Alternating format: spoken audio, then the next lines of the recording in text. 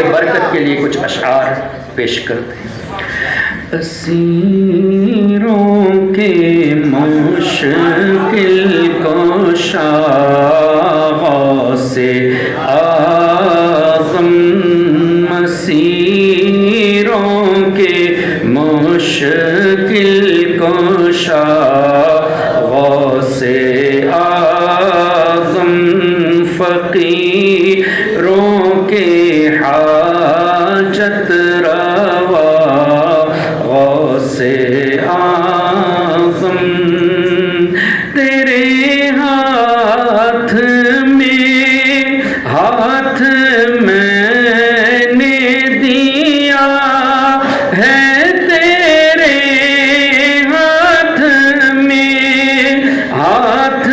میں نے دیا ہے، تیرے ہاتھ ہے لاج یا غوث اعظم، تیرے ہاتھ ہے لاج یا غوث اعظم، گھرا ہے بلاؤں میں بندہ تمہارا، گھرا ہے بلاؤں میں بندہ تمہارا، مدد کے لیے آؤ یا غوث اعظم، مدد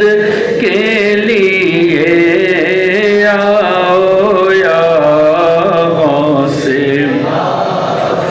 کہیں کس سے جا کر حسن اپنے دل کی کرے، کس سے جا کر حسن اپنے دل کی سنے، کون تیرے سوا غوث اعظم، سنے کون تیرے سوا غوث اعظم، اسیروں کے مشکل کشا غوث اعظم، فقیروں کے حاجت روا غوث اعظم رضی اللہ عنہ۔ اللهم صل على سيدنا ومولانا محمد معدن الجود والكرم وآلہ وبارک وسلم۔ معزز سامعین، ماشاءاللہ پڑھا لکھا طبقہ یہاں پر ہے، اور جو بچے ہیں وہ بھی علم حاصل کرتے ہیں، تو مناسب سمجھا کہ کچھ ایسی باتیں آپ حضرات کے سامنے کہی جائے جس کو یقیناً آپ نے علماء سے سنا ہوگا، جانتے ہوں گے، لیکن چونکہ سٹیج دیا گیا ہے تو برکت کے لیے کچھ باتیں آپ کے سامنے پیش کرنا۔ اللہ تبارک و تعالی کے حبیب صلی اللہ علیہ وسلم کے بارے میں ہمارا یہ عقیدہ ہے کہ ہمارے آقا صلی اللہ علیہ وسلم جو کچھ بھی فرماتے ہیں وہ اللہ کی مرضی سے فرماتے ہیں۔ اگر کوئی دلیل مانگے تو قرآن کریم وَمَا يَنْطِقُ عَنِ الْهَوَىٰ إِنْ هُوَ إِلَّا وَحْيٌ يُوحَىٰ، جس کا مفہوم یہ کہ ہمارا حبیب اپنی طرف سے کچھ نہیں فرماتے، جو کچھ بھی کہتے ہیں وہ اللہ تعالیٰ کی وحی کے ذریعے فرماتے ہیں۔ تو اس کا مطلب یہ ہوا کہ ہمارے آقا صلی اللہ علیہ وسلم ہرگز قرآن کے خلاف نہیں بولتے، اور اگر کسی نے یہ کہا یا یہ عقیدہ رکھا کہ حضور علیہ الصلاۃ والسلام اللہ کے حکم کے خلاف گئے یا قرآن کریم کے خلاف باتیں کی، قرآن کے خلاف عقائد پیش کیے، اگر کوئی اس طرح کا عقیدہ رکھتا ہے تو وہ اسلام سے خارج ہو جائے گا۔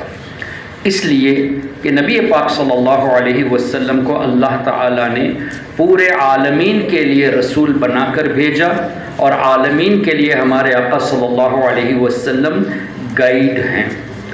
یہ لفظ عالمین آتا ہے تو اس میں ایک بڑی خصوصیت ہے، جیسے ہم قرآن کریم کی تلاوت کرتے ہیں الحمدللہ رب العالمین، تمام تعریف اللہ تعالیٰ کے لیے جو عالمین کا پالنے والا ہے، عالمین کا رب ہے۔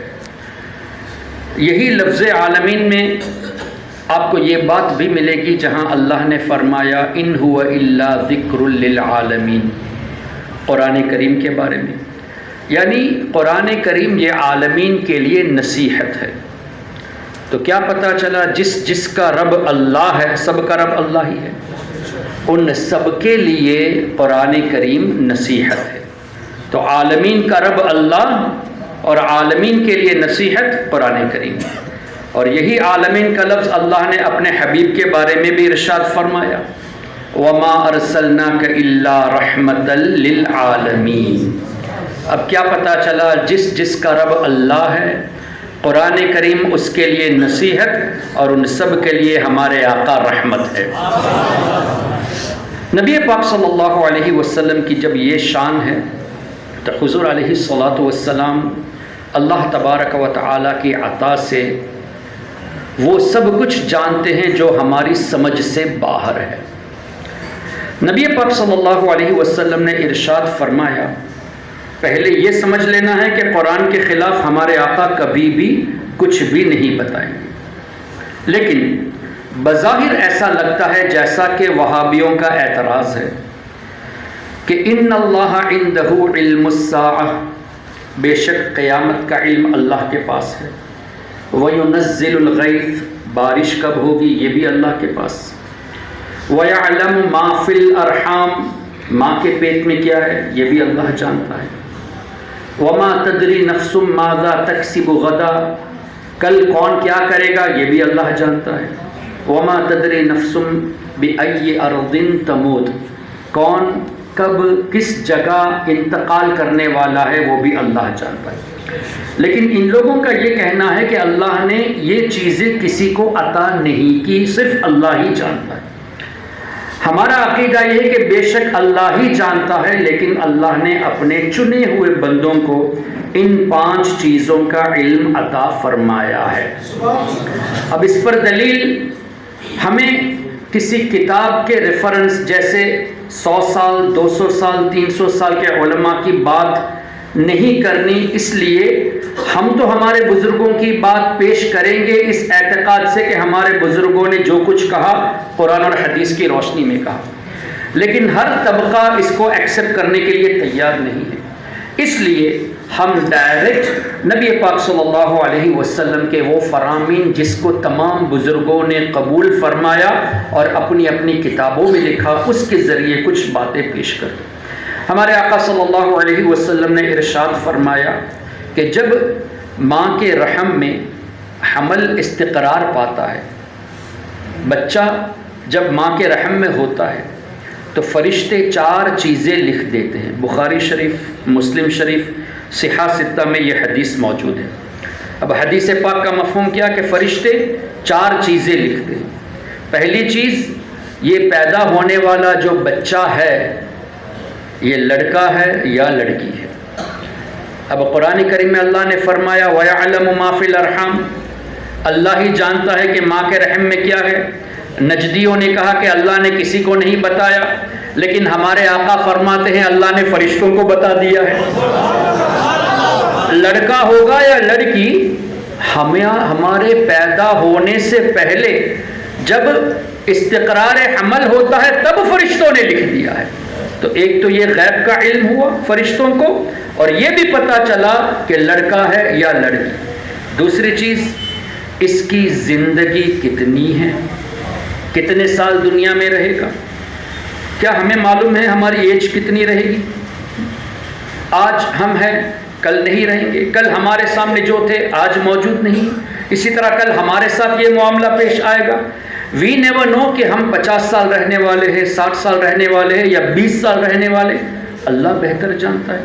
لیکن ہماری پیدائش سے پہلے فرشتوں نے نہ صرف جانا بلکہ لکھ دیا ہے کہ یہ کتنے سال دنیا میں زندگی بسر کرے گا. تیسری چیز، اس کا رزق کتنا ہے. کیا آپ کو معلوم ہے آپ اس سال کتنا کمائیں گے؟ ایک پریڈکشن ہوتا ہے. مثال کے طور پہ کسی نے جاب کیا، 50,000 تنخواہ ہے، تو پریڈکشن یہ ہے کہ 6 لاکھ ہوں گے. لیکن کبھی ایسے بھی معاملات ہوتے ہیں، ایسی حالت آتی ہے کہ کسی وجہ سے سیلری میں کمی آ جاتی ہے اور کسی وجہ سے بونس زیادہ مل جاتا ہے. لیکن ہمیں اندازہ نہیں ہوتا کہ اس سال کتنا کمانے والے ہیں. نہ کسی کاروباری کو اندازہ ہوتا ہے کہ کتنا اماؤنٹ فکس ہمارا ہے. لیکن فرشتوں کو معلوم بھی ہے اور لکھ کے رکھ دیا ہے کہ ہماری روزی کتنی ہے. اور چوتھی چیز، موت کے وقت یہ سعید ہو کر مرے گا یا شقی، نیک ہو کر مرے گا یا بد ہو کر مرے گا، یہ بھی وہ فرشتے جانتے ہیں. اب اس سے کیا پتا چلا کہ ہم کتنے سال رہنے والے ہیں، یہ فرشتے جانتے ہیں. کتنی عمر ہماری، کتنی روزی ہماری، اور ہماری موت کیسے ہوگی ہم نہیں جانتے، لیکن فرشتے جانتے ہیں. تبھی تو لکھ کے رکھ دیا ہے کہ اس کی موت کے وقت اس کی پوزیشن کیا ہوگی. اللہ سے دعا کرے کہ اللہ تعالیٰ ایمان والی موت سب کو نصیب فرمائے. تو اب نبی پاک صلی اللہ علیہ وسلم قرآن کریم کے خلاف کبھی نہیں جائیں گے. لیکن اللہ نے فرمایا وما تدری نفس ماذا تکسب غدا، کل کون کیا کرے گا، موت کب، کہاں، کس کی کیسے ہوگی، یہ اللہ جانتا ہے. لیکن اللہ کی عطا سے یہ فرشتے بھی جانتے ہیں کہ اس کی موت کب ہونے والی ہے اور کس حیثیت سے ہونے والی ہے. اب اس کو اور آسان کر کے سمجھیں. قرآن کریم میں اللہ نے ارشاد فرمایا قل یتوفاکم ملک الموت الذی وکل بکم ثم الی ربکم ترجعون، جس کا مفہوم یہ کہ اللہ نے فرمایا ہم نے ملک الموت یعنی اسرائیل علیہ السلام کو لوگوں کی روح قبض کرنے پر مقرر کیا ہے. تو روح قبض کرنے والے کون ہیں؟ ملک الموت. اللہ نے یہ بھی فرمایا اذا جاء اجلہم لا یستأخرون ساعتا ولا یستقدمون، جب موت کا وقت آ جاتا ہے تو 1 سیکنڈ پہلے روح نہیں لی جائے گی اور نہ ہی 1 سیکنڈ کی مہلت دی جائے گی. آن دا ڈاٹ، جو وقت لکھا ہے اسی وقت روح قبض کی جائے گی، 1 سیکنڈ پہلے بھی نہیں، 1 سیکنڈ بعد بھی نہیں. اب آپ مجھے بتائیے روح قبض کرنے کے لیے اللہ نے کون سے فرشتے کو مقرر فرمایا؟ حضرت اسرائیل علیہ السلام، ملک الموت کو. اس کا مطلب کیا ہوا؟ ہر وقت آپ گوگل کے ذریعے سرچ کر لیجئے کہ how many birth per second, تو آپ کو تقریباً ملیں گے 2 برتھس پر سیکنڈ، 2 پیدائشیں ہوتی ہیں. اور how many death per second, تو تقریباً 1 ملے گا ایز پر دا ریسرچ. تو اس کا مطلب 1 سیکنڈ میں 1 موت ہوتی ہے تو 60 سیکنڈ یعنی 1 منٹ میں 60 موت ہو گئی. 1 گھنٹے میں 7,200 موت ہوئی. اب آپ مجھے بتائیے 7,200 موت 1 گھنٹے میں صرف آپ کے بنگلور کے اس علاقے میں ہوتی ہے؟ ایسا تو نہیں، الگ الگ علاقوں میں واقع ہوتی ہے. چنئی میں موت ہوتی ہے، بمبئی میں ہوتی ہے، اسی طرح آپ باہر چلے جائیں گے تو پیرس میں ہوتی ہے، ٹوکیو میں ہوتی ہے، نیو یارک میں ہوتی ہے. الگ الگ شہروں میں موت واقع ہوتی ہے، لیکن قبض کرنے والا ایک، ملک الموت. تو کیا پتہ چلا اللہ نے حضرت ملک الموت علیہ السلام کو ایسی طاقت دی ہے کہ وہ جانتے ہیں کہ کون کب مرنے والا ہے. دلیل اذا جاء اجلہم، جب موت کا وقت آتا ہے لا یستأخرون ساعتا ولا یستقدمون، آن دا ڈاٹ روح قبض کی جاتی ہے. تو آن دا ڈاٹ قبض کرنے کے لیے ملک الموت کو معلوم ہونا چاہیے نا کون کب مرے گا. لیکن قرآن میں اللہ نے فرمایا کہ اللہ ہی جانتا ہے کس کی موت کب ہوگی. یہاں حضور علیہ الصلوۃ والسلام ملک الموت کے بارے میں ایک تو یہ فرماتے ہیں کہ ان کے سامنے پوری دنیا، تمام لوگ ایسے ہیں جیسے ایک تھالا رکھا ہوا ہے اور تمام لوگ ملک الموت کے سامنے موجود ہیں. جب کسی کی روح نکالنے کا وقت آتا ہے تو ایک بلنک کی طرح ہوتا ہے، چمک کی طرح پیدا ہوتی ہے. ملک الموت پہچان لیتے ہیں اور اسی وقت سب کی روح کو قبض کر لیتے ہیں جن جن کی موت کا وقت آ چکا ہوتا ہے. تو نبی پاک صلی اللہ علیہ وسلم کا یہ فرمانا کہ ملک الموت کے سامنے ہم سب ایک تھالے میں جیسے رکھے ہوئے ہیں، حاضر و ناظر ہوئے کہ نہیں؟ سب کو دیکھ رہے ہیں، سب کو دیکھ رہے ہیں، اور ایک ہی وقت میں جاپان سے روح قبض کرنے کی بھی قدرت اللہ نے دی، اور اسی سیکنڈ میں بنگلور سے روح قبض کرنے کی بھی قدرت اللہ نے دی۔ لیکن کیا کبھی کسی نے اس پر اعتراض کیا کہ یہ کیسے ممکن؟ جب اللہ نے فرمایا کہ اللہ ہی جانتا ہے کون کب اور کہاں مرے گا، ملک الموت کیسے جانتے ہیں؟ اس کا انکار کرے گا تو قرآن کا انکار ہوگا۔ کیوں؟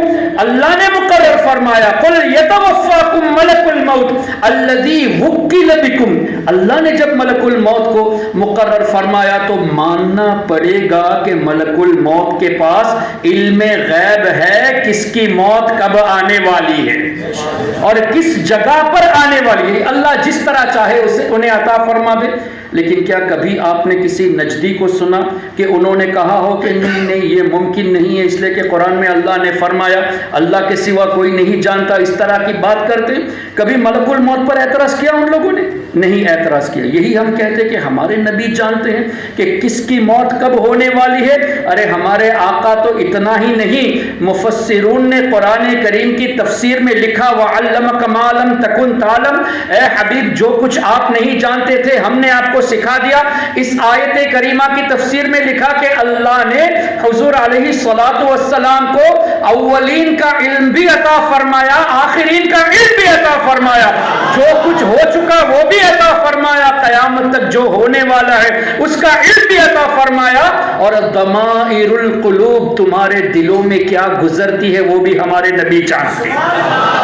یہ میں نہیں کہتا، بڑے بڑے مفسرون نے کہا ہے، امام طبری جیسے، امام بیضاوی جیسے، امام بغوی جیسے، امام قرطبی جیسے علماء بیٹھے ہیں، تفسیر دیکھ لیجئے، وَعَلَّمَكَ مَا لَمْ تَكُنْ تَعْلَمْ اور عَلَّمَهُ الْبَيَانِ کی تفسیر اٹھا کر دیکھ لیجئے۔ بڑے بڑے مفسرون نے یہ فرمایا کہ اللہ نے ضمائر القلوب لوگوں کے دلوں کے خطرات، صرف اتنا ہی نہیں، کئی دل منافقین جو ان کے اندر سازشیں رکھے ہوئے ہیں، جو کنسپیرسیز رکھے ہوئے ہیں، اس کو بھی اللہ نے اپنے حبیب کو بتا دیا کہ منافقین ایسی ایسی چال چلتے ہیں۔ اللہ اکبر۔ تو نبی پاک صلی اللہ علیہ وسلم کی بات آتی ہے تو فوراً اعتراض، یہ تو قرآن کے خلاف ہے اور ہمیں مشرک کہہ بیٹھتے ہیں۔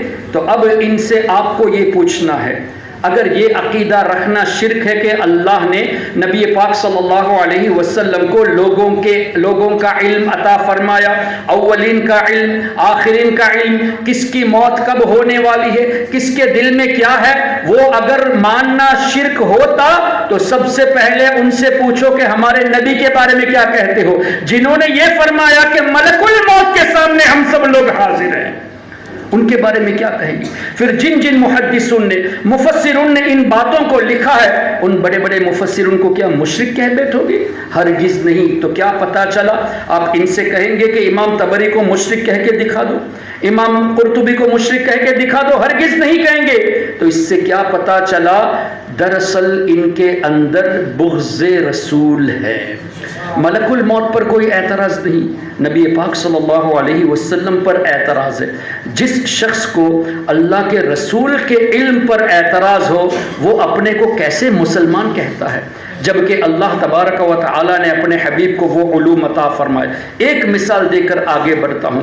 قرآن کریم کے بارے میں اللہ نے ارشاد فرمایا وَلَا رَطْبٍ وَلَا يَابِسٍ إِلَّا فِي كِتَابٍ مُبِينٍ۔ ہر خشک چیز کا ذکر بھی موجود، ہر تر چیز کا ذکر بھی موجود۔ Every wet and dry is recorded. وَلَا أَصْغَرَ مِن ذَلِكَ وَلَا أَكْبَرَ إِلَّا فِي كِتَابٍ مُبِينٍ۔ ہر بڑی چیز کا ذکر بھی موجود، ہر چھوٹی چیز کا ذکر بھی موجود۔ وَنَزَّلْنَا عَلَيْكَ الْكِتَابَ تِبْيَانًا لِكُلِّ شَيْءٍ۔ اے حبیب جو کتاب ہم نے آپ پر نازل کی، کون فرما رہا ہے؟ اللہ تعالیٰ۔ اے حبیب جو کتاب ہم نے آپ پر نازل کی اس میں ہر چیز کا تفصیلی بیان موجود ہے، واضح بیان موجود ہے۔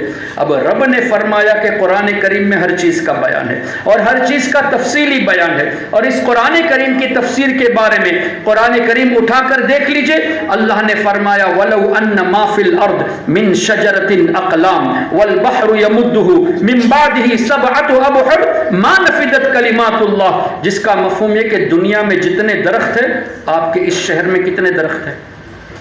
کبھی گنا ہے آپ نے؟ پورے بنگلور میں کتنے درخت ہیں؟ پورے انڈیا میں کتنے درخت ہیں؟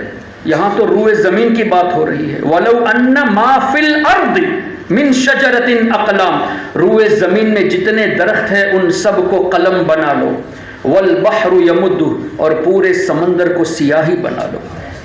آپ اسکول میں مدرسے میں پڑھتے ہیں تو کتاب لکھتے ہیں نا پن سے، ایک قلم سے آپ 100 صفحات لکھتے ہوں گے یا 150 صفحات لکھتے ہوں گے۔ اس ایک قلم میں کیا پورا پانی کا جگ بھرا ہوا ہے؟ صرف ایک یا دو قطرے۔ تو ایک دو قطرے پانی سے 200 صفحات آپ لکھ سکتے ہیں، تو ایک جگ پانی سے کتنے ہزار صفحات ہو جائیں گے؟ اور ایک ندی سے پانی لیں گے تو کتنا ہو جائے گا؟ یہاں تو پورے سمندر کی بات ہو رہی ہے۔ اللہ نے فرمایا پورے سمندر کو سیاہی بنا لو، اور قرآن کریم کی تفسیر لکھتے جاؤ، یہ درخت بھی قلم بن بن کر ختم ہو جائیں گے، پورا سمندر بھی ختم ہو جائے گا، لیکن قرآن کی باتیں، قرآن کی تفسیر کبھی ختم نہیں ہوگی۔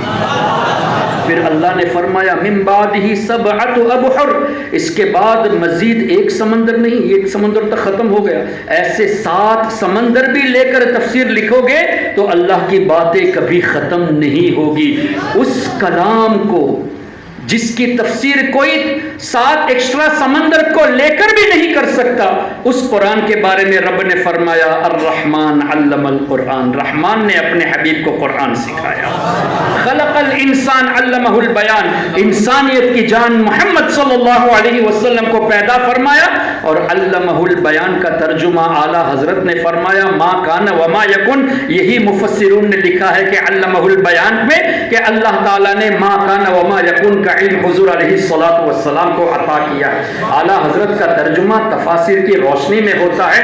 اگر آپ کو اس پر ایک ریسرچ چاہیے تو ہم نے تھوڑا سا ریسرچ کیا ہے، کبھی موقع بنا تو انشاءاللہ پریزنٹیشن کے ذریعے دکھائیں گے کہ کنز الایمان اور قرآن کی تفسیر مفسرون کا عقیدہ۔ اللہ اکبر۔ تو عرض یہ کر رہا تھا وہ قرآن جس کی تشریح کوئی کما حقہ بلکہ کر ہی نہیں سکتا، اس قرآن کو اللہ نے اپنے حبیب کو سکھایا۔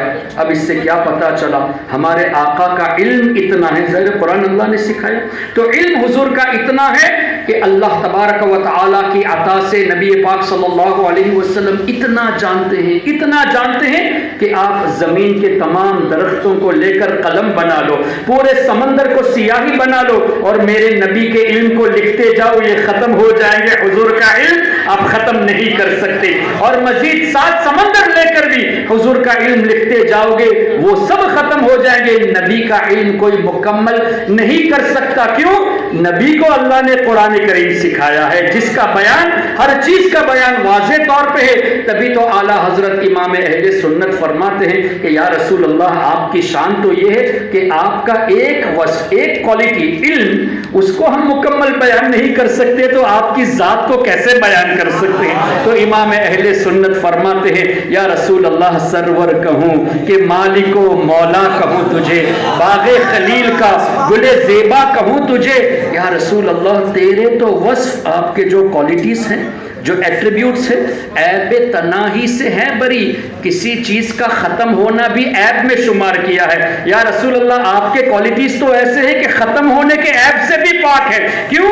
اللہ نے فرمایا وَرَفَعْنَا لَكَ ذِكْرَكَ، ہم نے آپ کے لیے آپ کے ذکر کو بلند کیا۔ وَلَلْآخِرَةُ خَيْرٌ لَكَ مِنَ الْأُولَى، ہر آنے والی گھڑی پچھلی گھڑی سے بہتر ہے۔ تو اب حضور کا مرتبہ اور بھی بڑھ گیا، اب اور بھی بڑھ گیا، کیوں؟ ہر گھڑی حضور کا مرتبہ بڑھتا رہتا ہے، جب بڑھتا ہی رہتا ہے تو ہم لمٹ باندھ کیسے سکتے ہیں؟ پھر اللہ نے فرمایا تلک الرسل فضلنا بعضهم على بعض منهم من کلم اللہ ورفع بعضهم درجات۔ اللہ نے یہ نہیں فرمایا کہ ہم نے آدم علیہ السلام سے 1000 درجہ حضور کو بلند کیا ہے، نہیں۔ موسیٰ علیہ السلام سے 1,00,000 درجہ بلند کیا ہے، نہیں۔ ورفع بعضهم درجات، اللہ نے کوئی لمٹ نہیں رکھی، ہم نے رسولوں سے درجوں ہمارے حبیب کو بلند کر دیا ہے۔ جب اللہ نے کوئی لمٹ نہیں رکھی تو ہم کون ہوتے ہیں لمٹ باندھنے والے؟ تبھی تو اعلیٰ حضرت نے فرمایا تیرے تو وصف عیب تناہی سے ہیں بری، حیران ہوں میرے شاہ میں کیا کیا کہوں تجھے۔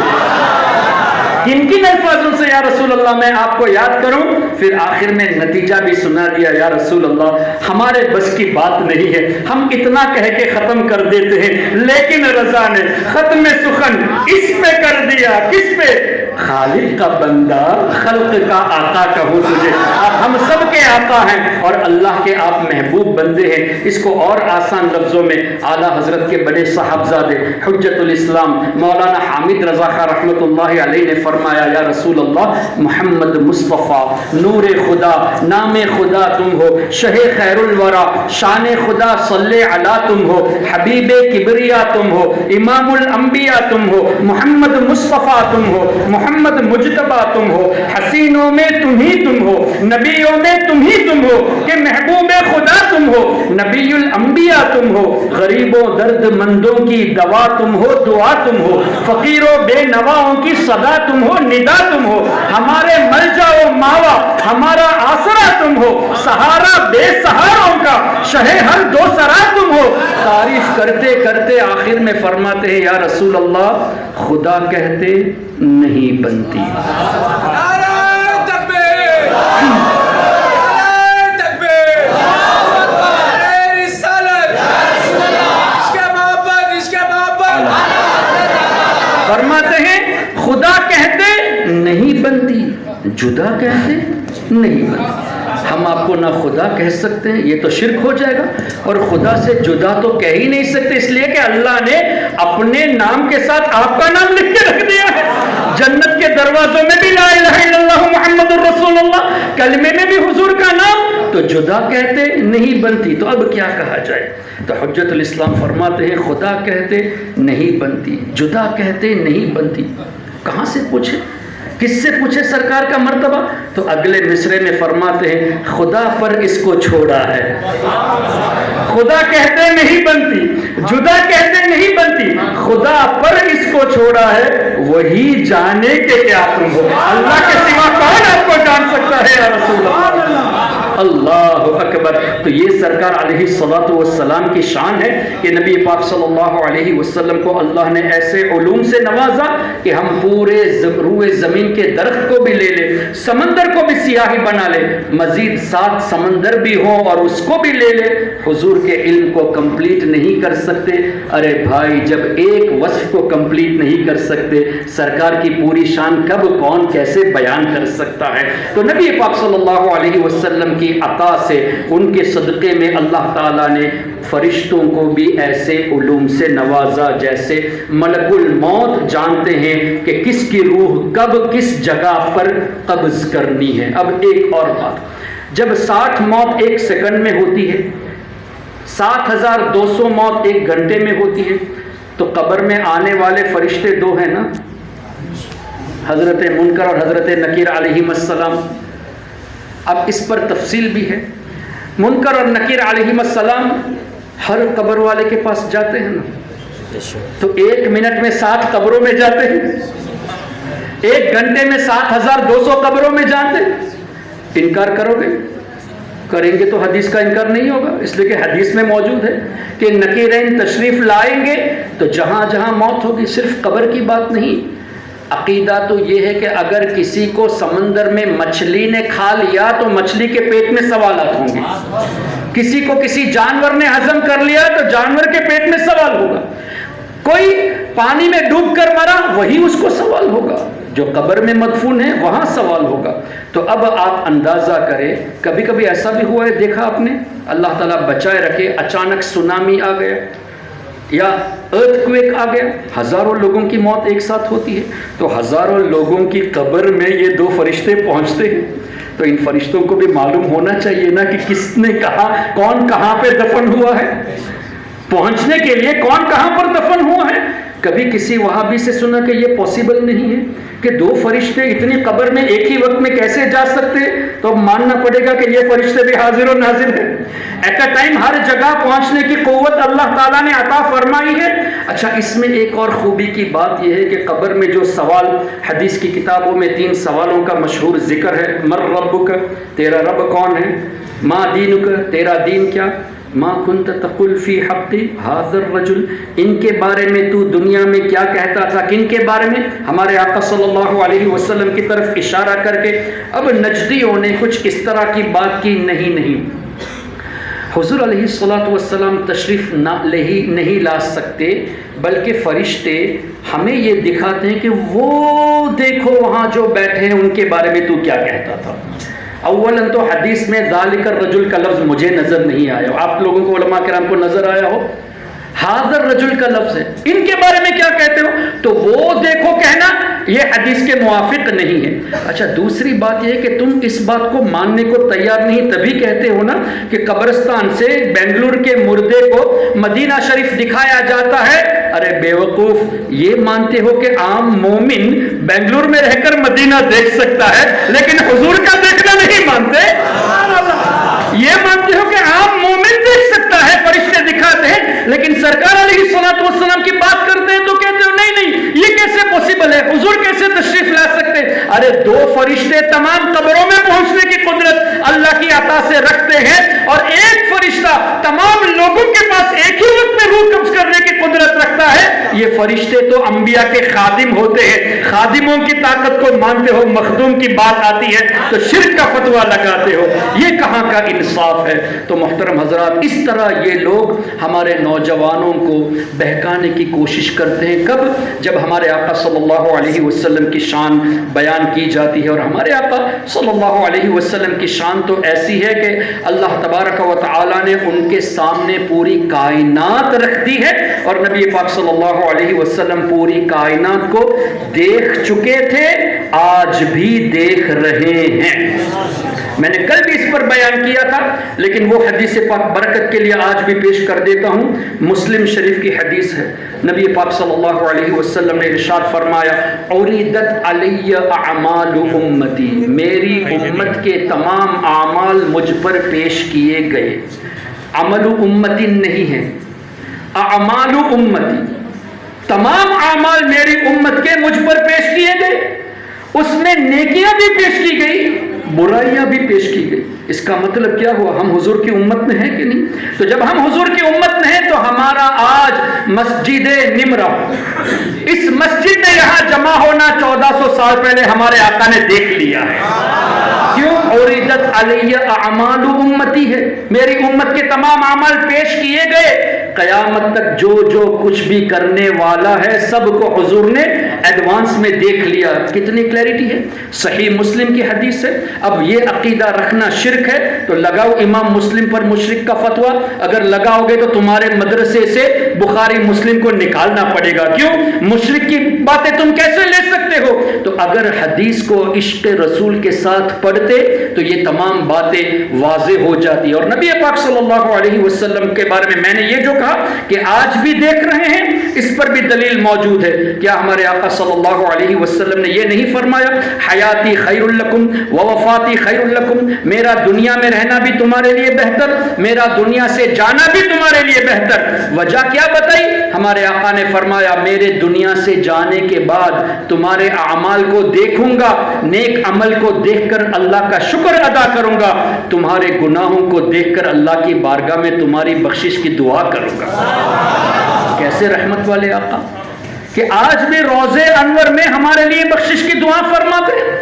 ایسے نبی کے بارے میں یہ باتیں کہ حضور کو یہ نہیں پتا, وہ نہیں پتا. اچھا اگر کوئی یہ کہے کہ نہیں یہ پاسبل نہیں ہے کہ نبی پاک صلی اللہ علیہ وسلم عالم برزخ میں ہیں تو پوری دنیا کو, کائنات کو دیکھ رہے ہو, تو ہم ایک حدیث سے اور ثابت کر دیتے ہیں. ہمارے آقا صلی اللہ علیہ وسلم نے ارشاد فرمایا اللہ کا ایک نیک بندہ, حدیث کا مفہوم ایک ولی جب دنیا سے عالم برزخ کی طرف جاتا ہے تو اس کی طاقت, اس کی وسعت اتنی ہو جاتی ہے کہ اتنی بڑی دنیا ہے نا, یہ پوری دنیا عالم برزخ میں اللہ کے ولی کی نظر میں ماں کے رحم کی طرح ہے, like a womb of the mother. اتنی بڑی دنیا اتنی چھوٹی ہو جاتی ہے. کہاں؟ اللہ کے ولی کی نظر میں عالم برزخ میں. اب مجھے بتائیے سرکار غوث پاک رضی اللہ عنہ نے جو فرمایا نظرت الی بلاد اللہ جمعا کخردلۃ علی حکم اتصالی, میں اللہ کے تمام شہروں کو ایسے دیکھ رہا ہوں جیسے ہاتھ کی ہتھیلی میں رائی کا دانہ.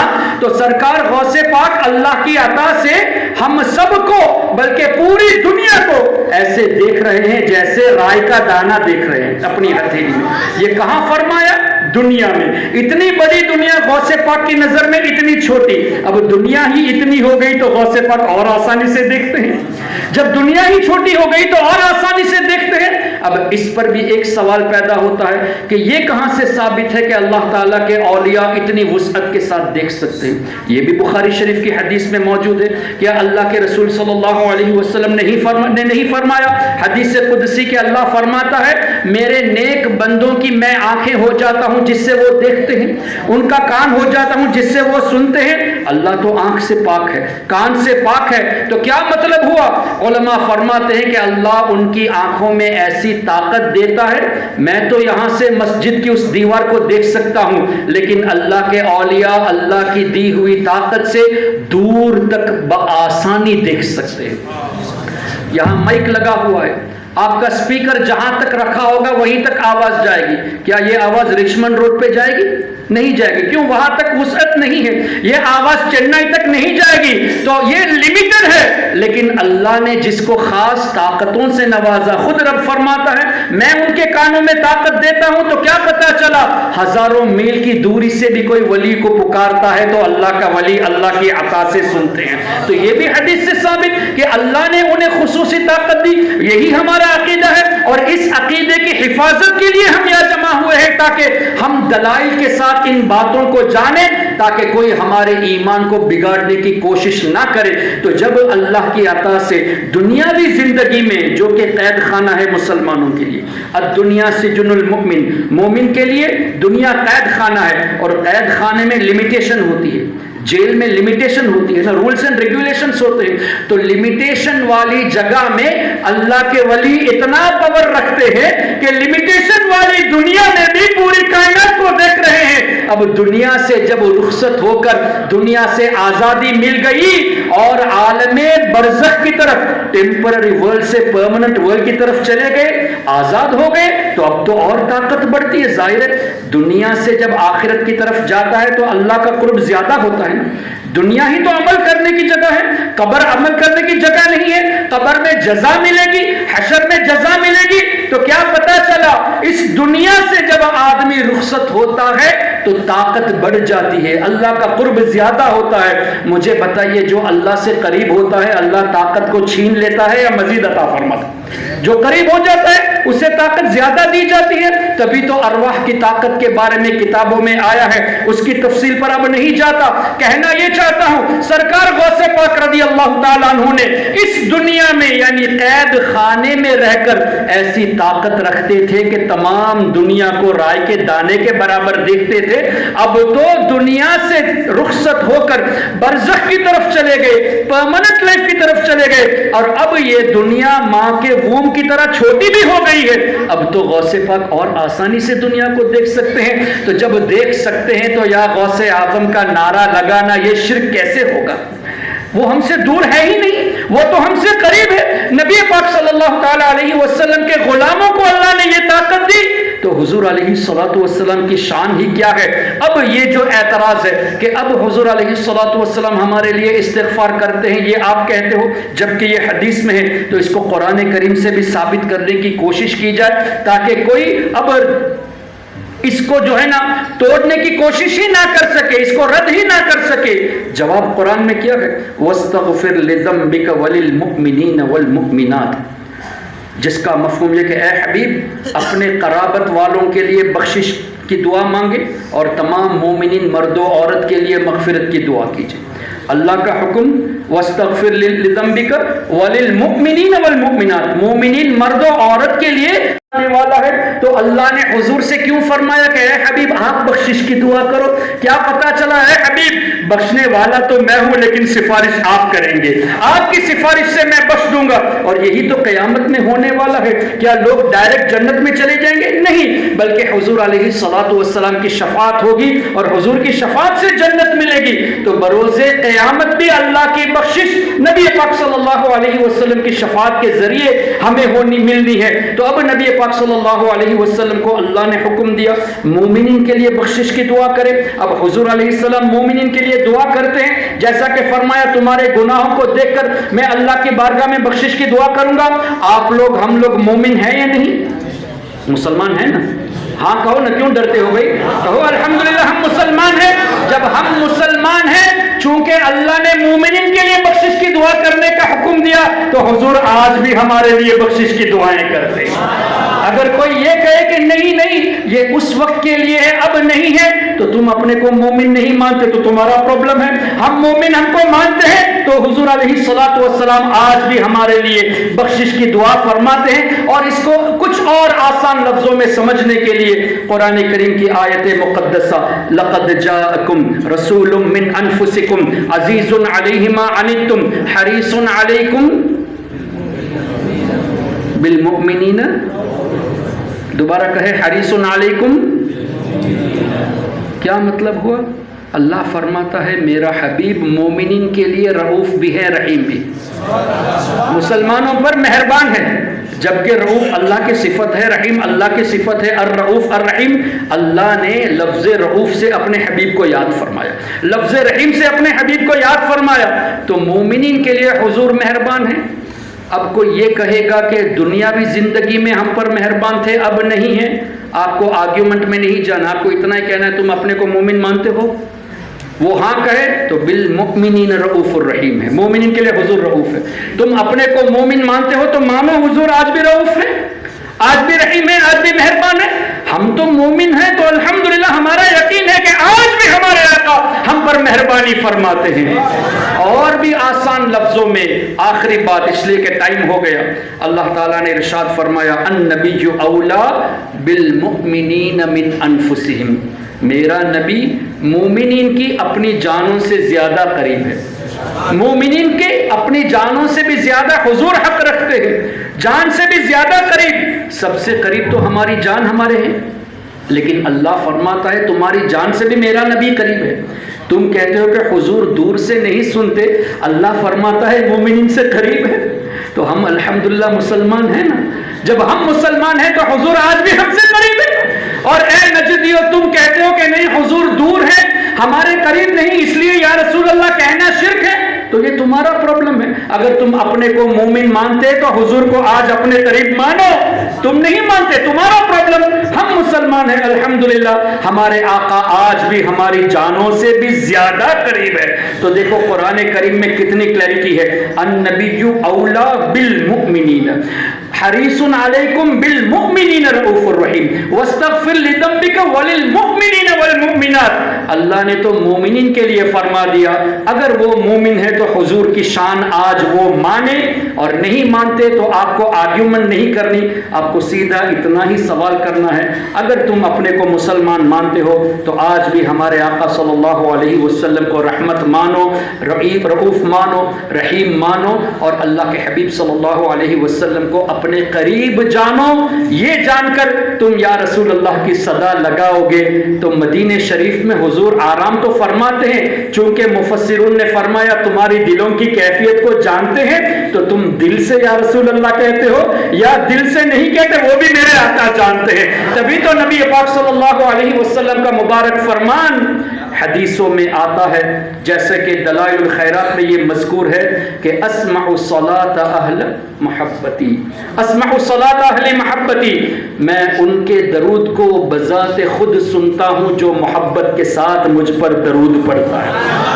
ایک مرتبہ پڑھ لے اللہم صلی علی سیدنا و مولانا محمد معدن الجود والکرم وآلہ وبارک وسلم۔ الحمدللہ ہم سب نے محبت میں پڑھی ہے نا، لیکن کچھ لوگ کسی محفل میں ایسے ہی پڑھ دیتے ہیں صلی اللہ علیہ وسلم، بغیر محبت کے ایسے ہی پڑھ دیتے بھی ہوں گے، اخلاص کے بغیر۔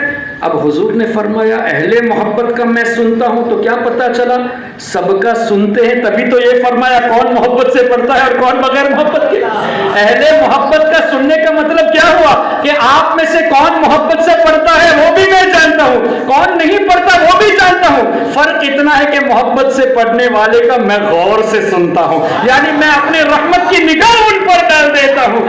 اور اس کو سمجھنے کے لیے ایک اور حدیث پاک، نبی پاک صلی اللہ علیہ وسلم نے ارشاد فرمایا کہ جب بھی کوئی مسلمان مجھ پر سلام بھیجتا ہے تو میں اس کے سلام کا جواب دیتا ہوں۔ حضور جس کو سلام کا جواب دے دے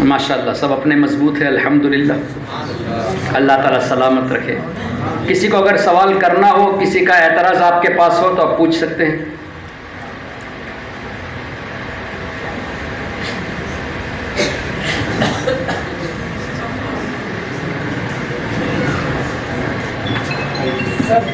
ٹھیک ہے الحمدللہ. اب ظاہر ہے جس کا عقیدہ اس طرح ہو کہ حضور کو اللہ نے غیب کا علم نہیں دیا، حضور کو اختیار نہیں دیا، حضور کو کچھ بھی نہیں معلوم، وہ آج ہمارے لیے رؤوف نہیں، رحیم نہیں، یا رسول اللہ کہنا شرک ہے، یہ سب باتیں قرآن اور حدیث سے ہم نے ابھی پیش کیا. تو اس کا مطلب اس طرح کہنے والے قرآن اور حدیث کے خلاف عقیدہ رکھتے ہیں. تو جو بھی شخص قرآن اور حدیث کے خلاف اپنا عقیدہ رکھے، اس کا مطلب وہ صحیح ہے ہی نہیں. جو صحیح ہوگا قرآن اور حدیث پر عمل کرے گا. تو جب اللہ، جیسے مثال کے طور پہ اللہ نے قرآن میں ارشاد فرمایا وَمَا لَكُم مِّن دُونِ اللَّهِ مِن وَلِيٍّ وَلَا نَصِيرٍ، اللہ کے سوا تمہارا کوئی مددگار نہیں ہے. ہم مانتے ہیں کہ اللہ ہی مددگار، حقیقی مددگار وہی ہے. لیکن اس آیت کو رکھ کر وہابی کہتے ہیں کہ دیکھو سرکار مدد نہیں کر سکتے، مولا علی مدد نہیں کر سکتے، غوث اعظم مدد نہیں کر سکتے، ایسا کہتے ہیں نا. اس آیت کو پیش کر کے کہتے ہیں. لیکن ہمارا جواب یہ ہے کہ یقیناً اللہ ہی مددگار ہے. لیکن اللہ نے جہاں یہ فرمایا انما ولیکم اللہ ورسولہ، بے شک اللہ تمہارا مددگار، اللہ کے رسول تمہارے مددگار، والذین آمنوا الذین یقیمون الصلاۃ ویؤتون الزکاۃ، اللہ کے نیک بندے تمہارے مددگار. جب رب نے رسول کو مددگار بتا دیا، نیک بندوں کو مددگار بتا دیا، تو اس کو کیوں نہیں مانتے؟ یہ بھی تو قرآن کی آیت ہے. اور اللہ نے یہ فرمایا کہ اللہ ہی حفاظت کرنے والا ہے.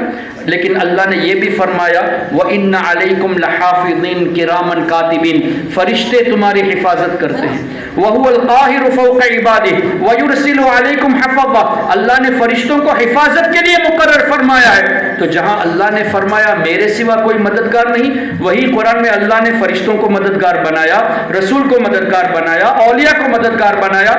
ہم اہل سنت دونوں آیتوں پر عمل کرتے ہیں، دونوں پر ایمان رکھتے ہیں. کس طرح کہ اللہ کی مدد ذاتی ہے، اور انبیاء، اولیاء اور فرشتوں کی مدد اللہ کی عطا سے ہے. اور یہ نجدی صرف اس آیت پر ایمان رکھتے ہیں، دوسری آیت پہ ایمان نہیں رکھتے. تو قرآن کریم میں اس کا جواب موجود ہے افتؤمنون ببعض الکتاب وتکفرون ببعض. یہ تو یہودیوں کا طریقہ ہے کہ بعض آیتوں پر ایمان رکھے اور بعض کو جھٹلائے.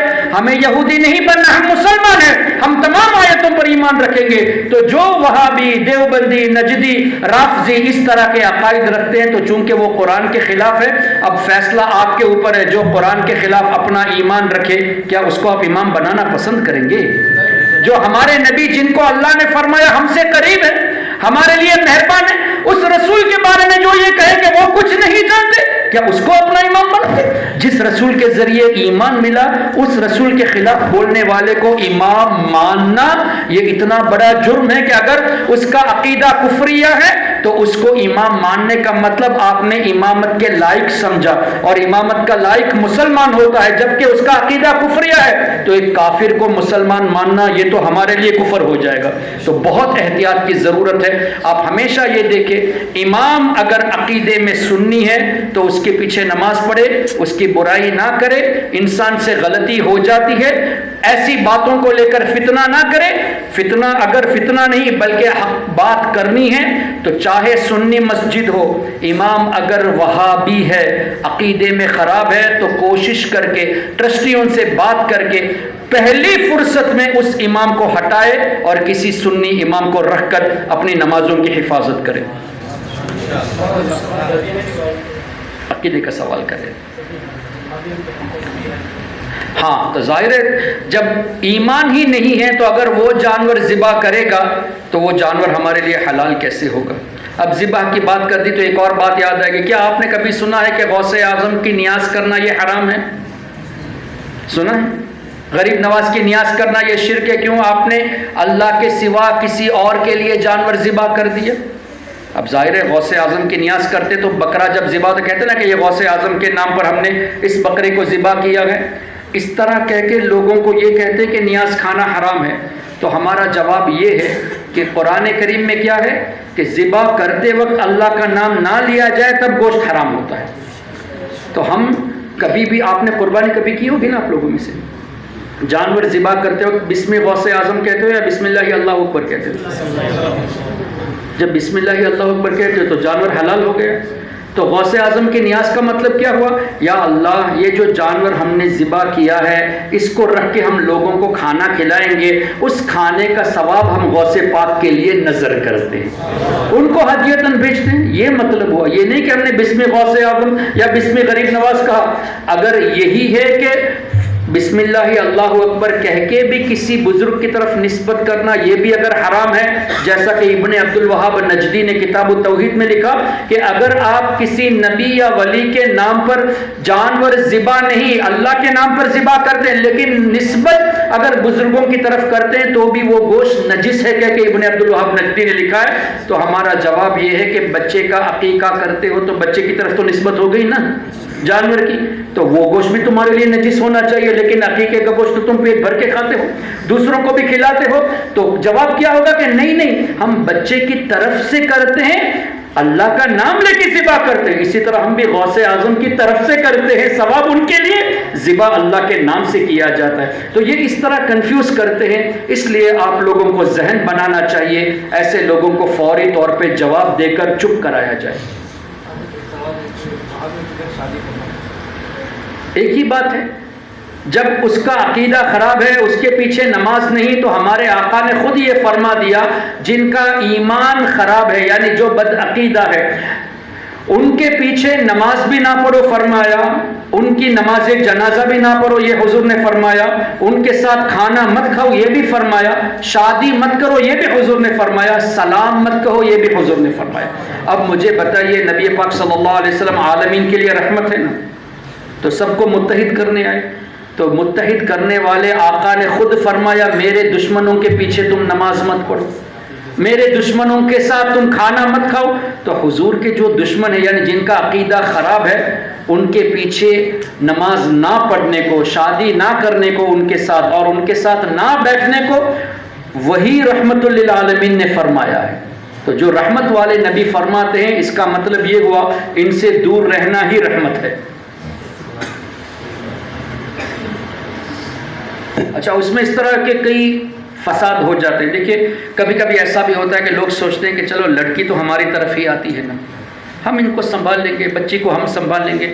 لیکن ہمارا ایکسپیرینس ہے دنیا میں دیکھا گیا ہے کہ عام طور سے لڑکی کی باتوں پر لڑکا جو ہے نا مائل ہو جاتا ہے. عام طور سے یہ دیکھا گیا ہے. تو کیا ہوتا ہے لڑکی اگر آ بھی جائے گی جس کا عقیدہ خراب ہے تو آہستہ آہستہ شوہر کو بھی اپنی طرف مائل کرے گی. اور سب سے زیادہ خطرہ بچوں کا، اس لیے کہ بچوں کو تو ماں ہی زیادہ سنبھالتی ہے، مردوں کو تو وقت کہاں ملتا ہے، کاروبار کے لیے کام کے لیے چلے جاتے ہیں.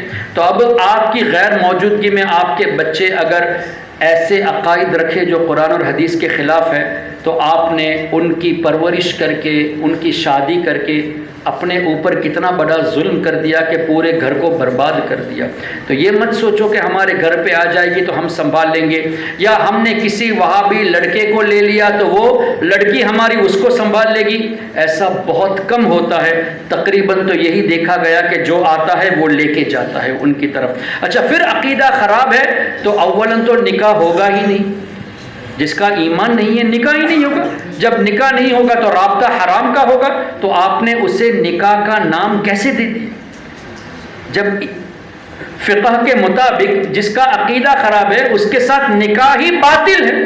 تو جو باطل ہے اس کو آپ شادی کہتے ہو، جو چیز ہے نہیں اس کو آپ ہاں میں شامل کر دیتے ہو اور سمجھ کر کہ یہ جائز ہے. اب کنٹیکٹ بھی ہو گیا، میاں بیوی کا رابطہ بھی ہو گیا، بچہ بھی پیدا ہو گیا، تو شروع ہی حرام سے ہوا.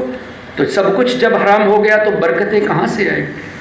اللہ کا عذاب ہی نازل ہوگا. اس لیے بہت احتیاط کرنی چاہیے.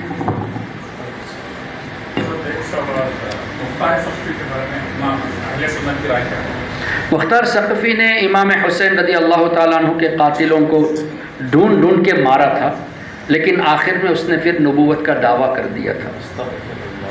اس نے یہ کام بہت اچھا کیا کہ امام عالی مقام کے جتنے قاتل یا جتنے بھی شریک تھے قتل میں سب کو چن چن کے مارا، لیکن بعد میں فخر آ گیا اور نبوت کا دعویٰ کر دیا.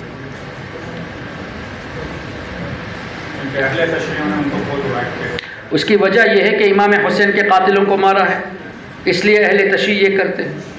لیکن اہل تشیع شیعوں کی ایک اور چیز آپ نے دیکھی، جتنا امام حسین کا تذکرہ کرتے ہیں اتنا امام حسن کا کرتے ہیں. تو امام حسن بھی تو اہل بیت ہیں، وہ بھی تو بی بی فاطمہ مولا علی کی اولاد میں سے حضور علیہ السلام کے نواز ہیں، ان کا تذکرہ کیوں زیادہ نہیں کرتے، صرف امام حسین کا کیوں کرتے ہیں؟ اس کی ایک وجہ یہ ہے کہ چونکہ امام حسن نے مولا علی رضی اللہ تعالیٰ عنہ کی نیابت میں رہ کر نبی پاک صلی اللہ علیہ وسلم کی پیشن گوئی کے مطابق کہ یہ میرا بیٹا سید ہے، سردار ہے، مسلمان کے دو بڑے گروہ میں صلح فرمائے گا، تو اس کا مطلب کیا ہوا؟ حضرت امیر معاویہ مسلمانوں کی بڑی جماعت اور حضرت مولا علی کی جماعت بھی مسلمانوں کی بڑی جماعت. تو چونکہ حضور نے پہلے سے فرما دیا دو بڑے مسلمان گروہ میں صلح فرمائے گا، حضور نے جن کو مسلمان کہا ان کو یہ کافر کہتے ہیں، تو ان کو ہم کیسے مانیں؟ اچھا، پھر امام حسن نے صلح کرا دی تو ان سے یہ برداشت نہیں ہوتا. اب برائے نام اہل بیت ہونے کی خاطر تھوڑا تذکرہ کر دیا، لیکن جس طرح امام علی مقام کا تذکرہ کرتے اتنا بڑے بھائی کا نہیں کرتے. تو یہ بھی ان کی شرارت. بات آ گئی تو یہ بھی بتا دوں، مولا علی مشکل کشا رضی اللہ تعالیٰ عنہ اور حضرت امیر معاویہ کے درمیان جو جنگ ہوئی، اسی طرح صحابہ کرام کے درمیان جو مشاجرات ہوئے، علماء فرماتے ہیں کہ اس پر گفتگو کرنا ہمارے لیے حرام حرام حرام، ہمیں حق نہیں ہے. حدیث کی کتابیں پڑھے، واقعہ آ گیا ٹھیک ہے، تبصرہ کرنا، اس پر باتیں کرنا ہمیں ہرگز اجازت نہیں ہے. اس کی ایک وجہ یہ بھی سن لیجئے، امام ابن حجر حیثمی شافعی مذہب کے بہت بڑے بزرگ، اسی طرح اور بھی بزرگان دین نے ایک روایت نقل کی ہے جہاں مولا علی رضی اللہ تعالیٰ عنہ خود فرماتے ہیں قتلایا و قتل معاویہ فی الجنہ، جس کا مفہوم یہ کہ جتنے میرے لوگ قتل ہوئے اور امیر معاویہ کی جماعت میں جتنے لوگ قتل ہوئے وہ سب کے سب جنتی ہیں. اب مولا علی نے ان کو جنتی کہہ دیا، تم ان کی برائی کرتے، تو تم مولا علی کو پورا مانتے نہیں نا. جو مولا علی کی شان میں بیان کرتے ہوئے حضرت امیر معاویہ کی برائی کرتے ہیں، تو مولا علی خود فرماتے ہیں کہ ان کی جماعت بھی جنتی، میری جماعت بھی جنتی. تو اس کا مطلب تم مولا علی کے نام پر محبت کا خالی جھوٹا دعویٰ کرتے ہو. سچا دعویٰ اگر ہو تو مولا علی کے اس فرمان پر بھی عمل کرو اور حضرت امیر معاویہ اور کسی بھی صحابی کی برائی سے اپنی زبان کو روک کے رکھو.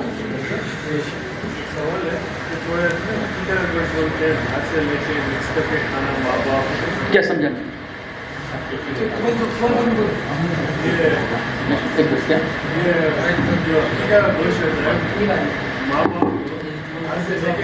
نہیں، ماں باپ دادا دادی نانا نانی سب کھا سکتے ہیں عقیقے کا گوشت، اس میں کوئی مسئلہ نہیں. کوئی بھی کھا سکتا ہے. کچھ لوگ کہتے ہیں کہ ماں باپ نہیں کھا سکتے، ایسا نہیں ہے، ہر کوئی کھا سکتا ہے. بلکہ اس گوشت کو پکاتے وقت کچھ میٹھا بھی بنا کر، یعنی میٹھا کر دو گوشت کو تھوڑا بہت اور کھاؤ، یہ بھی اچھا ہے بچے کے لیے. ڈاکٹر ذاکر نائک کا کہنا ہے کہ حضور صلی اللہ علیہ وسلم کا وسیلہ لینا بھی حرام ہے. اب اس کا کہنا ہے وسیلہ لینا حرام ہے، لیکن صحابہ کرام نے حضور صلی اللہ علیہ وسلم کا وسیلہ بھی لیا، صحابہ نے صحابہ کا بھی وسیلہ لیا، اور تابعین نے صحابہ کا وسیلہ لیا، تابعین نے تابعین کا وسیلہ لیا. تو ہم ذاکر نائک کی سنیں یا بڑے بڑے بزرگوں کی سنیں؟ ٹھیک ہے، ہو گیا سب. ہماری طرف ایسے دیوبندی بھی ہے، وہابی ہے، جو صرف یہ جانتے ہیں کہ ہم دیوبندی ہیں لیکن اس کو خود اپنا عقیدہ معلوم نہیں. تو ایسے شخص کو کیا ایسے شخص کو اسی لیے میں نے کہا کہ جو لوگ انجانے میں ان کی طرف چلے گئے ان کو پکڑ کر سمجھانے کی ضرورت ہے. اپنے آپ کو دیوبندی کہتے ہیں. ہمارے پاس بہت سارے ایسے لوگ ہیں جو صرف جانتے ہیں کہ ہم دیوبندی ہیں لیکن اس کو کچھ عقیدہ معلوم نہیں ہے. تو اس سے یہ پوچھا جائے کہ جب عقیدہ معلوم نہیں تو دیوبندی کس اعتبار سے کہتے ہو اپنے؟ ہاں، اگر آپ کے اندر اتنی جیسے علماء ہیں تو علماء کے اندر تو صلاحیت رہتی ہے، تو ایسے لوگوں سے میں کہتا ہوں کہ رابطہ رکھیے اور آہستہ آہستہ سمجھائیے. اس طرح سمجھائیے کہ تمہیں جب عقیدہ نہیں معلوم تو اپنے آپ کو دیوبندی کس اعتبار سے کہتے ہو، تب کچھ تو جواب دے گا. جب وہ کہے کہ دیوبندی اس لیے کہتا ہوں کہ اشرف علی تھانوی بہت بڑے بزرگ تھے، اس کے حساب سے قاسم نانوتوی بہت بڑے بزرگ تھے، تو اس کو بٹھائیے. اچھا بزرگ تھے، چلو ٹھیک ہے. اگر کوئی آدمی 100 اچھی بات کرے اور ایک بات قرآن کے خلاف کہہ دے تو اس کے بارے میں تم کیا کہو گے؟ تو وہ کہے گا کہ نہیں، قرآن کے خلاف بولنے والا بزرگ نہیں ہو سکتا. تو بتاؤ کہ دیکھو قاسم نانوتوی نے قرآن کے خلاف کہا، اللہ نے فرمایا کہ میرا نبی آخری نبی ہے میرا حبیب، اور قاسم نانوتوی کہتا ہے کہ حضور کے بعد نبی آ سکتا ہے. تو اس کی 1000 اچھی بات کو ایک طرف رکھو، جو بات قرآن کے خلاف کہی اس کے بارے میں تم کیا کہتے ہو؟ تو اس طرح جب آپ بات کریں، جیسے اللہ نے فرمایا ومن اصدق من اللہ حدیثا، اللہ سے زیادہ سچا کون ہے، لیکن رشید احمد گنگوہی نے لکھا کہ اللہ جھوٹ بول سکتا ہے نا، فتاوی رشیدیہ میں ہے نا، اور براہین قاطعہ میں خلیل احمد امبیٹوی نے بھی اس کی تائید کی رشید احمد گنگوہی کی کہ اس نے جو لکھا وہ صحیح ہے۔ تو اب اس کو بٹھا کر پوچھے تم اس کو بزرگ مانتے ہو اس لیے دیوبندی کہتے ہیں نا، یہ تمہارے رب کو میرے رب کو کہتا ہے کہ جھوٹ بول سکتا ہے، تو جو اللہ کے بارے میں اس طرح عقیدہ رکھے اس کو تم کیسے صحیح مانتے ہو؟ اہل حدیث تو اس لیے غلط ہے کہ وہ حدیث کے علاوہ کچھ بھی نہیں مانتے، تو قرآن وہ کہتے ہیں قرآن سے دلیل دیتے ہیں کہ نفرق بین آیتہ، وہ کچھ آیت ہے آگے پیچھے، تو وہ پوری آیت کا مطلب بتاتے ہیں کہ تم نبی کو زیادہ بہت اونچے مقام پہ کر دیتے ہو اور اس کو صحابہ کرام جو ہے ان کو کم طبقے میں رکھتے ہو، ایسا۔ صحابہ کرام کو کم درجے میں نہیں رکھا ہم نے، صحابہ کا مرتبہ بہت زیادہ ہے لیکن نبیوں سے کم ہے، انبیاء کا مرتبہ اس سے زیادہ ہے، اس پر تو قرآن کی آیت موجود ہے، تلک الرسل، یہ رسولوں کی جماعت ہے، فضلنا بعضهم علی بعض، ہم نے بعض کو بعض پر فضیلت دی ہے۔ تو اللہ نے رسولوں میں بھی ایسا مرتبہ رکھا ہے کہ بعض رسول بعض سے افضل ہے، تو یہ کہتا ہے کہ قرآن کے حساب سے ہم رسولوں میں لا نفرق بین احد من رسلی، ہم رسولوں میں فرق نہیں کرتے، لیکن دوسری جگہ اللہ نے فرمایا کہ بعض رسول کا مرتبہ بعض سے بڑا ہے، تو اب اس دو آیتوں کی کیا تطبیق ہوگی؟ بحیثیت رسول سب ہمارے رسول ہیں، بحیثیت نبی سب نبی ہے، لیکن ان کے درمیان اللہ نے بعض کو بعض سے افضل فرمایا، یہ تو قرآن کا فیصلہ ہے۔ تو اگر وہ اہل قرآن یا اہل حدیث ہے اور یہ آیت پیش کرتے تو دوسری آیت کو کیوں نہیں مانتے؟ اس کو بھی ماننا چاہیے۔ پھر نبی پاک صلی اللہ علیہ وسلم نے فرمایا انا سید العالمین، میں پورے عالمین کا سردار ہوں، تو عالمین میں صحابہ بھی آ گئے، رسول بھی آ گئے، تو تمام رسولوں سے سردار تو ہمارے آقا ہو ہی گئے، اس نے خود فرمایا میں عالمین کا سردار ہوں۔ تو اگر وہ اہل حدیث ہے تو اس حدیث کو کیوں نہیں مانتا؟ ماننا چاہیے۔ پھر حضور نے یہ فرمایا کہ بروز قیامت میں تمام نبیوں کا خطیب رہوں گا، میں نبیوں کا امام ہوں۔ حضور علیہ الصلوۃ والسلام نے تمام نبیوں کی امامت فرمائی مسجد اقصی میں، تو اس حدیث کو کیوں نہیں مانتا؟ تو اہل حدیث ہو تو اس حدیث کو بھی مانو، اور اہل قرآن ہو تو قرآن کی اس آیت کو چھوڑ کر اس آیت کو کیوں مانتے ہو؟ دونوں کو مانو۔ تو دونوں کو ماننا کیسا ہوا؟ بحیثیت رسول سب ہمارے رسول ہیں، لیکن رسولوں میں جو درجہ کی بات ہے وہ تو رب نے فرمایا کہ ہم نے بعض کو بعض سے افضل کیا ہے، اور اس کے بعد ہی فرمایا نا منہم من کلم اللہ، ان میں سے بعض ایسے جن سے اللہ نے کلام فرمایا، جیسے موسیٰ علیہ السلام سے، اور ہمارے آقا سے شب معراج اللہ نے کلام فرمایا۔ ورفع بعضهم درجات، تفسیر میں آتا ہے کہ اللہ نے فرمایا کہ میرے حبیب کا درجہ میں نے تمام رسولوں سے اتنا بڑھایا کہ اللہ نے کوئی لمٹ نہیں رکھی، درجات کا لفظ ہے۔ تو جب اللہ نے لمٹ نہیں رکھی، اب یہ کہنا کہ سب برابر ہے یہ تو قرآن کے خلاف ہو گئے، تو اس طرح سمجھانے کی ضرورت ہے۔ صحیح ہے حضرت، کچھ ہو تو اصلاح کر دے۔ جی اس پر علماء کے اقوال ہے، غالباً اعلیٰ حضرت کا یہ قول ہے کہ وہ نبی ہے۔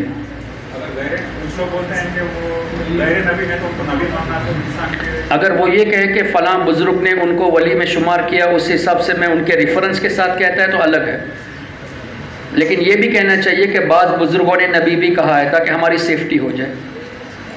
حضرت خضر علیہ السلام۔ اچھا، حاضر و ناظر کے بارے میں آپ نے پوچھا، دیکھیے حاضر و ناظر ہمارا عقیدہ یہ ہے کہ نبی پاک صلی اللہ علیہ وسلم اور تمام انبیاء موت کا مزہ چکھنے کے بعد اپنی اپنی قبروں میں ان کے مبارک جسموں کے ساتھ حیات ہیں، اور جہاں ان کی مرضی ہوتی ہے وہاں تشریف لے جاتے ہیں۔ یہ نہیں کہ حضور یہاں بھی ہے وہاں بھی، ایسا نہیں ہے، ان کی جہاں مرضی وہاں تشریف لے، چاہے وہ 1000 جگہ جانا چاہے، لاکھ جگہ جانا چاہے، کروڑ جگہ جانا چاہے، جہاں جانا چاہے جا سکتے ہیں، لیکن پوری کائنات کو دیکھ رہے ہیں، جیسا کہ میں نے حدیث کی روشنی میں آپ کو بتایا تھا۔ پھر نبی پاک صلی اللہ علیہ وسلم کی شان اس سے بھی اندازہ کرے کہ اللہ تعالیٰ نے حضرت ابراہیم علیہ السلام کے بارے میں فرمایا وَكَذَلِكَ نُرِي إِبْرَاهِيمَ مَلَكُوتَ السَّمَاوَاتِ وَالْأَرْضِ، کہ ہم ابراہیم علیہ السلام کو پوری کائنات دکھا رہے ہیں۔ اب اس میں یہ نہیں ہے کہ دکھایا بلکہ دکھاتے ہیں، تو آج بھی ابراہیم علیہ السلام دنیا سے پردہ کر چکے، پھر بھی پوری کائنات کو دیکھ رہے ہیں۔ اور رب نے فرمایا وَكَذَلِكَ اسی طرح ہم ابراہیم علیہ السلام کو دکھا رہے ہیں، مطلب اے نبی ہم آپ کو بھی دکھا رہے ہیں، ابراہیم علیہ السلام کو بھی دکھا رہے ہیں۔ تو نبیوں کے سامنے پوری کائنات آج بھی ہے، یہ تو قرآن کی اس آیت کی روشنی سے ثابت ہوا۔ تو حاضر و ناظر کا مطلب یہ ہے کہ ہمارے آقا صلی اللہ علیہ وسلم موت کا مزہ چکھنے کے بعد اور تمام انبیاء موت کا مزہ چکھنے کے بعد اپنی اپنی قبروں میں اپنے مبارک روحوں کے ساتھ حیات ہیں، اور جہاں ان کی مرضی ہوتی ہے وہاں تشریف لے جاتے ہیں۔ جیسا کہ مسجد اقصیٰ میں شب معراج تمام انبیاء موجود تھے، حضور کے آنے سے پہلے انبیاء آ گئے تھے، حضور کے آنے کے بعد آئے تھے، حضور کے آنے سے پہلے نا۔ اس کا مطلب موت کا مزہ چکھنے کے بعد بھی ان نبیوں کو معلوم تھا کہ ہمارے آقا آنے والے ہیں، تو حضور کے تشریف لانے سے پہلے وہ پہلے پہنچ گئے اور حضور کے پیچھے نماز پڑھ کر یہ ثابت کر دیا کہ نماز اقصیٰ میں تھا یہی سر، آیا ہوں مانی اول آخر، کہ دست بستہ ہے پیچھے حاضر، جو سلطنت آگے کر گئے تھے۔ جو نبیوں نے، نبی تو سلطان ہے ہی، انہوں نے سلطنت کی، لیکن حضور کے پیچھے نماز ادا کر کے یہ ثابت کر دیا یا رسول اللہ اگرچہ ہم دنیا میں آپ سے پہلے آئے، حقیقت یہ ہے کہ آپ ہی ہمارے امام ہیں۔ ٹھیک ہے، سبحانک اللہم و بحمدک اشہد ان لا الہ الا انت استغفرک و اتوب الیک۔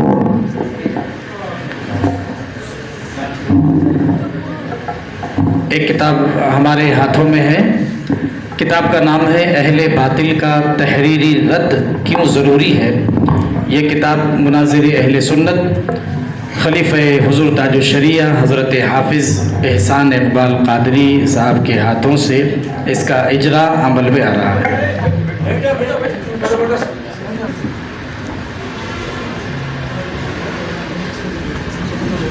تمامی علماء کو ایک ایک عدد تقسیم کر دیں۔